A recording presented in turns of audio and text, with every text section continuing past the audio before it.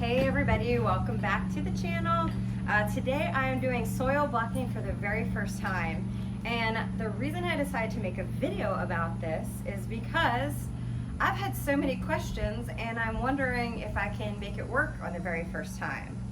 I was watching a great video from You Can't Eat the Grass, which is one of my favorite channels, and they had said in their video that when they first started looking into soil blocking, there was all these different recipes for making soil blocking mix, and it seemed very mystified and complicated, and that is exactly how I felt. I priced out getting all the different ingredients and it was expensive, and so they said You Can't Eat the Grass said on their channel that they just started using regular potting mix and it has worked just fine for them. So that is exactly what I'm gonna do today. I have regular potting mix. So a lot of these seeds are gonna be for my fall crops, and it's like in the 100 degrees every day here. So I'm gonna block them out here, but I'm gonna start the seeds under the grow lights inside. And that's because it's just too hot for a lot of the fall crop seeds to want to germinate. So you'll notice this says sterile potting mix. I did sterilize this potting mix so you don't get creepy crawlies and fungus gnats or whatever inside your home. And I also watched a lot of videos about the best way to sterilize. Some people do boiling water. There's all these different methods. I went ahead and did what M.I. Gardner said to do because I trust him. If it works for him, it'll work for me.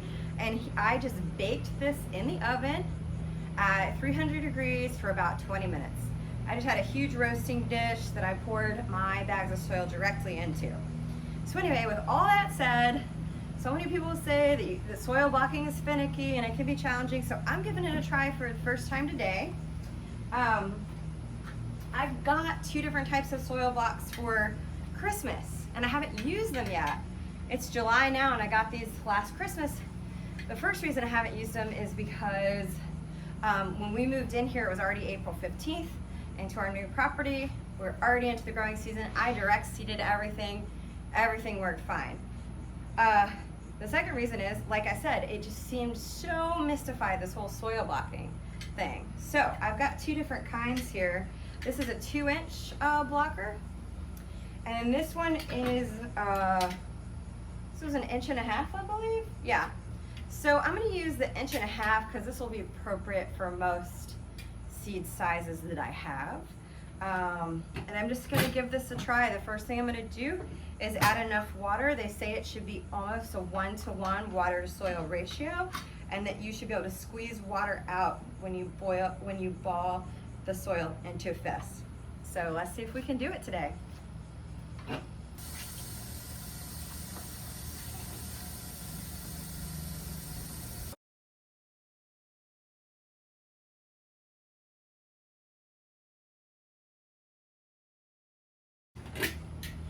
I will also mention I got both of my soil blockers from Amazon. I just put that on my Christmas gift exchange wish list. Never used them before. I'll include a link, but since it's my first time using it, cannot endorse these or deny them.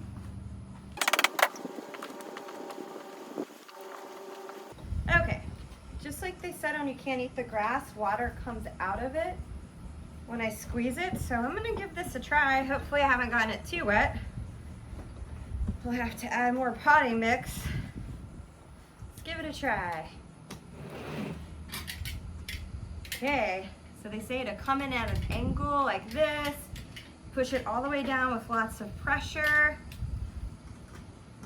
turn it, do it a couple times so I can get as much soil pushed in there as possible.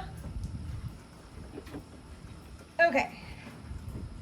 I think I've got a lot in there. I'm going to scrape it on the side. Okay. Moment of truth. There's 1, 2, 3, 4, 5 soil blocks in here, so I'm going to do it widthwise here.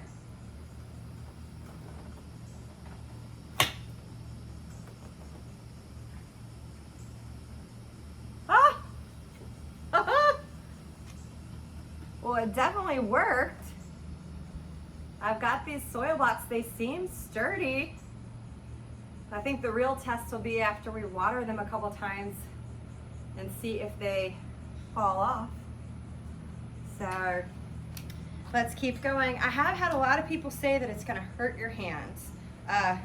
What I mean by that is I watched a lot of videos where people have said that. So probably after this time I will wrap some tape or some foam around the handle, but I just didn't have it today. So let's go in again. Go from an angle, push all the way down to the bottom and turn. I'm gonna do that 2 to 3 times. There we go. It's nice and compact. Let's give it a try again. I'm gonna go right up against the other one.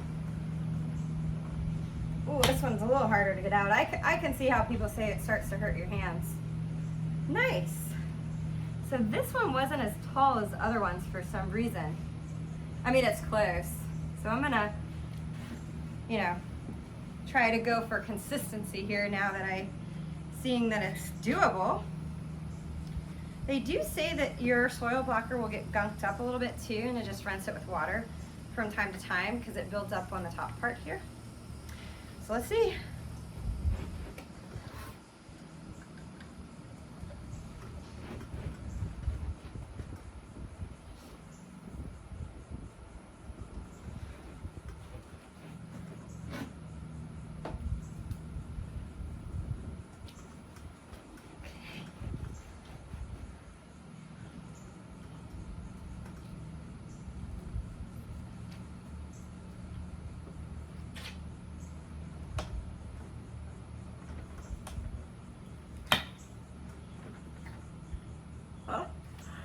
This is great. I'm gonna clean my hands so I can show you guys. Okay, I've got 3 rows so far. See how I was meaning the second row is a little bit lower, but then the third row is looking good too. So you can see there's a little plug there for which to put the seed in. So I'm gonna keep going till we fill this tray.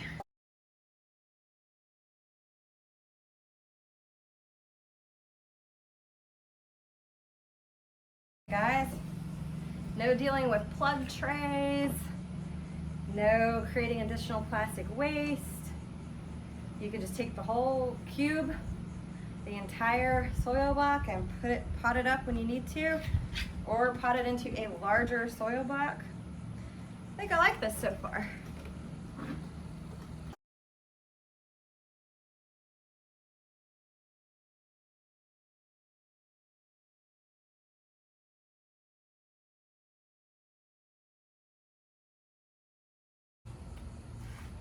Check it out, everybody. My first ever tray of soil blocks. I was actually able to fit 65 of the 2-inch blocks in here, and this is like a standard 10-20 tray without holes in it. And when you go to water these, you're just gonna bottom water. You'll pour the water right down in here. So my thoughts on my very first time of doing this and using just regular potting soil. So I would say it was much easier than I thought. I did get the mixture very wet, like I've been told on videos, and I think that was a major key. I noticed that when the mixture started to dry out, the blocks would start to stick in the mold. So I just added more and it fixed the problem immediately. Sorry about the background noise. My neighbors are working on something. So the real test is of course going to be how these hold up over time and if they crumble and fall apart. I did my very best to fit as much in there. I went back and forth and twisted, and I did that 3 or 4 times each run. So I hope they feel very firm, they feel compact. Like I've just picked one up here and it just stays together really well, so I feel confident about it. But I will, update you guys on a future video and let you know how it works out. I will say, I can totally see why people say it starts to hurt your hands, because once you have the soil so compact in here, you really have to press it hard to get it out. and I think I'm already experiencing some bruising on my palms. So I will wrap this, especially, you know, I'm hoping to start at least several trays today. Yeah, and then hopefully I can update you guys. I'd like to talk a little bit now about what I'm starting, and then I'll show you what my setup is inside for my shelving and my grow lights. Okay, I have moved inside with my soil box because it is 100 degrees out there, and with my pregnancy I just have been getting so fatigued, so I'm trying to spend a little bit less time outdoors if that's possible. But anyway, I'm so excited to show you what I'm going to start right now. And basically what I'm focusing on right now is succession planting some of my flower crops. You guys are probably seeing from my other videos, my flowers have done so well, and I've gotten so excited about growing more flowers because I've been able to sell a decent number of bouquets. So I'm focusing on colors that'll be great for the late summer and fall. So the first thing I'm sowing is going to be straw flower, and this is called the Sultane Mix from Johnny's Seeds, and it has a beautiful mix. It's going to have yellows, deep reds, oranges, pinks. It is a perfect fall blend, and the seeds are tiny, tiny. So I got like this seed separator also for Christmas. I've been trying to use it because it has different dials where it'll only let a tiny seed out at one time, or bigger holes that can be twisted this way. But I'm finding, I don't know if I'm liking using it for this because the seeds are so small that they're really not running down. So I think I'm just gonna do the toothpick method, which is where you lick the toothpick, you use it to pick up a seed, and you put it right in the middle. So straw flower does require light to germinate. And in fact, I direct sowed some of these early around the middle of April, and they didn't take. And I think it's because I might have pressed them into the soil too much and they didn't get light, or we might have had a heavy rain come through and just totally disrupt them. So yeah, it specifically says don't cover the seed because it requires light for germination. So I'm just putting these on the top, and then I will spray them with water. So let me go ahead and get these done. I'm going to do 2 rows of these, and then I'll show you what else I'm doing.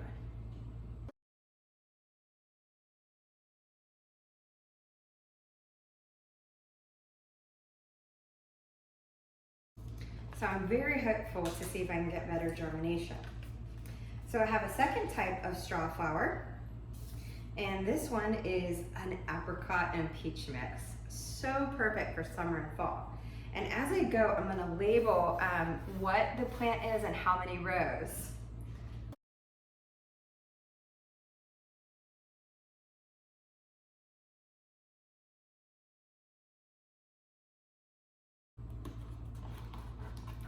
So now that I've got my 3 rows of apricot straw flowers, the rest of this tray is going to be dedicated towards succession planting of sunflowers, 2 that I have already grown this year. Both are single stems. This is going to be White Knight, which is this one. These turn into the most beautiful blooms. So easy to grow. I honestly can't believe how that worked out. So I'm just sowing all the rest of these. And then another one is a single stem, is a red lemon bicolor. So I'm just gonna finish this up, and then I'll show you my setup in the bedroom for starting these indoors. All right, folks, this is what we have going on here for our seed starting setup. I've got just a plastic shelf here. There's clothes on top of it because my brother and sister-in-law are staying with us, and they're staying in this room. And I have got 3 LED lights hooked up with zip ties on 2 different shelves. I've got my seed starting mats as well. I've ordered from Amazon another power strip as well as a light timer, so that these lights will be on and then shut off automatically at night. But you can see I've got my painter's tape labeling everything. These are all cut flowers that I'm starting for my mid-summer to autumn blossoms, and that's it. These exact lights are the ones that were recommended by You Can't Eat the Grass. And they have a wonderful market farm. And so I'll link those. They are just LED lights.